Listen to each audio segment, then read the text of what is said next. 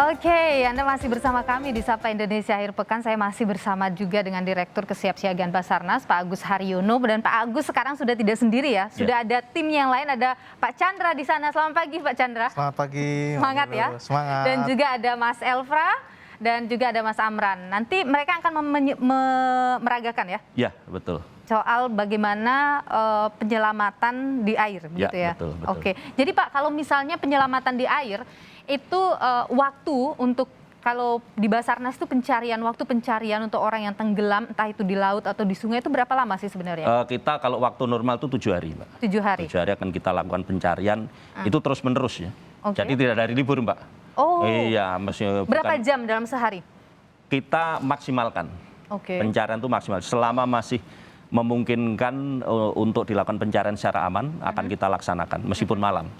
Kan tim kita kan banyak, Mbak, jadi kita rotasi nanti. Jadi ya kita juga perhatikan juga kondisi stamina fisik tim juga.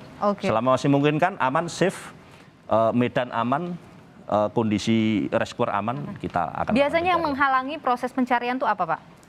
Menghalangi, yang pertama tentunya medan ya. Medan ini terkait dengan potensi bahaya yang mengancam keselamatan rescuer maupun orang-orang. Karena jangan sampai ada korban tambahan. Betul, prinsip kita gitu, jangan sampai kita menambah korban. Kemudian juga cuaca. Ya. Cuaca juga kita pertimbangkan kalau kondisinya tidak aman, hujan deras dan memang tidak memungkinkan dilakukan pencarian langsung terjun ke lapangan, ya kita tidak akan memaksakan. Oke, jadi memang keselamatan tim adalah yang utama juga dalam proses pencarian ya. Oke, kalau Pak Chandra udah pernah pencarian di sungai mana aja nih di Indonesia? Di Indonesia sudah pernah di wilayah Jabodetabek, pernah di Bekasi pada saat banjir di daerah Kemang Pratama itu hanyut, kita ikut turun. Yang paling challenging atau paling agak wah nih kayaknya lumayan nih medannya. Di situ di Bekasi itu karena kebetulan pas itu Sungai Bekasi sedang meluap banjir. Nah, kemudian ada anak-anak yang sedang bermain hanyut di situ. Kita temukan itu korbannya sudah ada di daerah Cilincing. Oh, wow. Itu berapa kilometer tuh? Dari Bekasi ke Cilincing, ke Sungai Cilincing, mungkin lebih dari 10 kilo ya. Oke, luar biasa ya. Jadi mereka-mereka ini adalah mereka yang sudah sangat mumpuni di bidangnya dalam penyelamatan gitu ya Pak Agus ya. Oke, tadi tuh Pak Agus cerita ke saya soal ada cara-cara sederhana untuk proses penyelamatan di air. Nah, boleh tidak kita praktekkan itu? Oh, boleh. Nah, ini Pak Chandra dan tim nih kayaknya, Pak Agus dan tim juga yang memimpin. Silakan. Seperti apa sih pemirsa? Kita lihat yuk. Ini adalah cara sederhana yang bisa dilakukan untuk menyelamatkan mereka yang hanyut di air. Ya, baik. Yang pertama cara penyelamatan ada dua ya, korbannya kita identifikasi ada dua. Yang pertama untuk korban sadar, yang kedua untuk korban tidak sadar. Nah, pada saat kita melihat korban itu masih sadar, itu teknik pertolongannya yang pertama kita cari perhatian korban. Pak, lihat saya Pak. Kita dari pinggir, nah karena korbannya hanyut, kita lihat arah arusnya, nah kemudian kita menggunakan alat bantu tali lempar seperti ini. Ya, kita hitung arusnya, kita hitung sudut kemiringan lemparnya, kemudian kita pastikan talinya itu sudah berada di depan korban di arus tersebut. Jadi misalnya korbannya arusnya dari sana ke sini, kita lempar di depannya. Nah, nanti korban akan mengikuti arus, kita sambil berteriak, pegang talinya Pak, pegang talinya. Nah, begitu korban sudah pegang talinya, kita bisa sambil tarik ke pinggir. Nanti seiring dengan berjalannya arus, korban ini akan otomatis sedikit menyamping menuju ke tepi. Itu kalau korbannya sadar. Ya, itu untuk korban sadar. Tapi sebelum itu, apakah ada trik khusus untuk para korban, mungkin mereka yang tenggelam, apa yang bisa dilakukan untuk bisa dapat perhatian untuk dapat pertolongan? Yang pertama, jangan panik. Ini yang susah ini. Jangan panik. Kalau saya panik. Udah, aduh.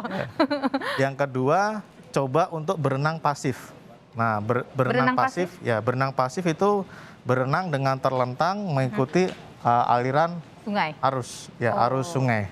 Jadi dia berenang pasif, tidak usah melawan arus, tidak usah banyak bergerak, dia berenang pasif, ngikutin arus. Nah, itu untuk menjaga dia supaya kepala tetap di permukaan dan bisa bernafas. Oke, itu tuh. Jadi pemirsa harus pikirkan, jangan panik dulu ya.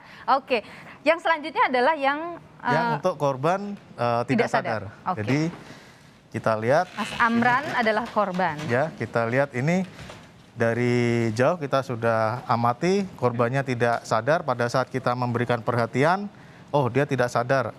Kita akan kirimkan rescuer untuk menjemput korban. Ini pun rescuernya karena ini di medan berarus dan ada bahaya di situ, kita tetap pasangkan pengaman untuk si rescuer. Ya, jadi kita pasangkan pengaman di sini.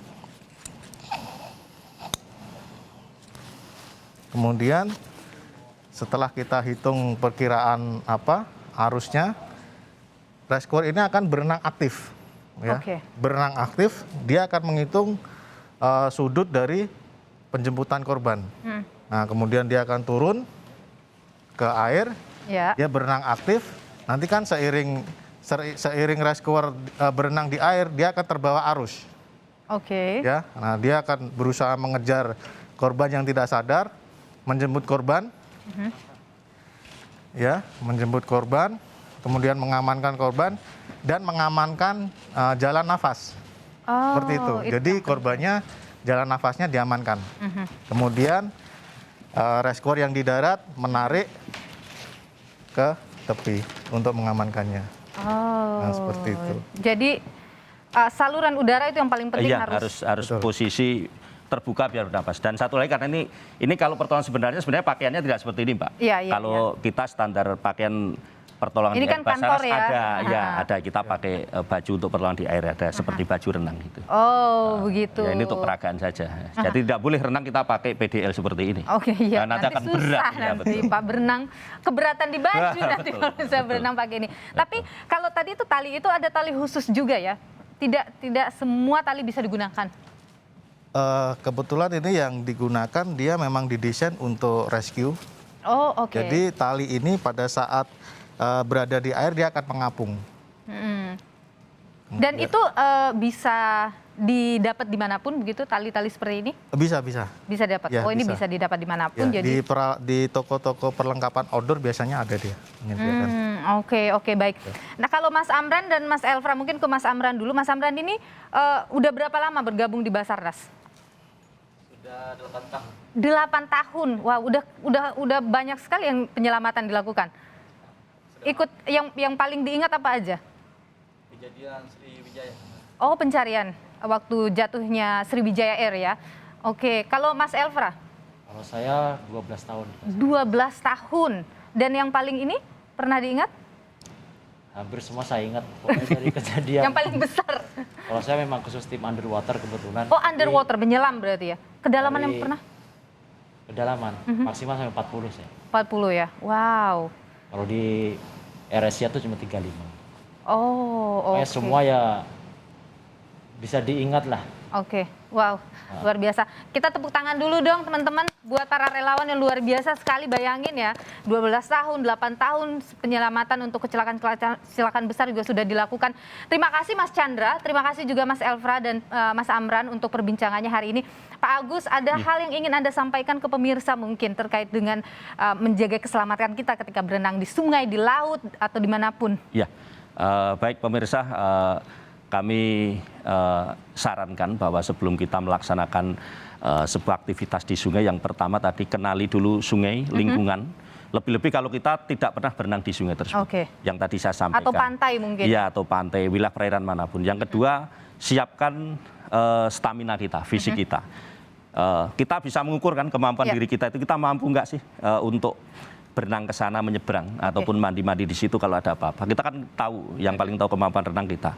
Kemudian lakukan peregangan sebelum kita melakukan aktivitas di air. Ini penting untuk menghindari kram tadi kan. Dan kemudian juga bawa pelampung, Pak.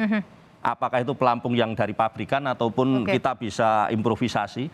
Benda-benda apapun yang bisa kita gunakan untuk mengapung itu akan lebih aman. Jadi kita pakai pelampung itu wajib.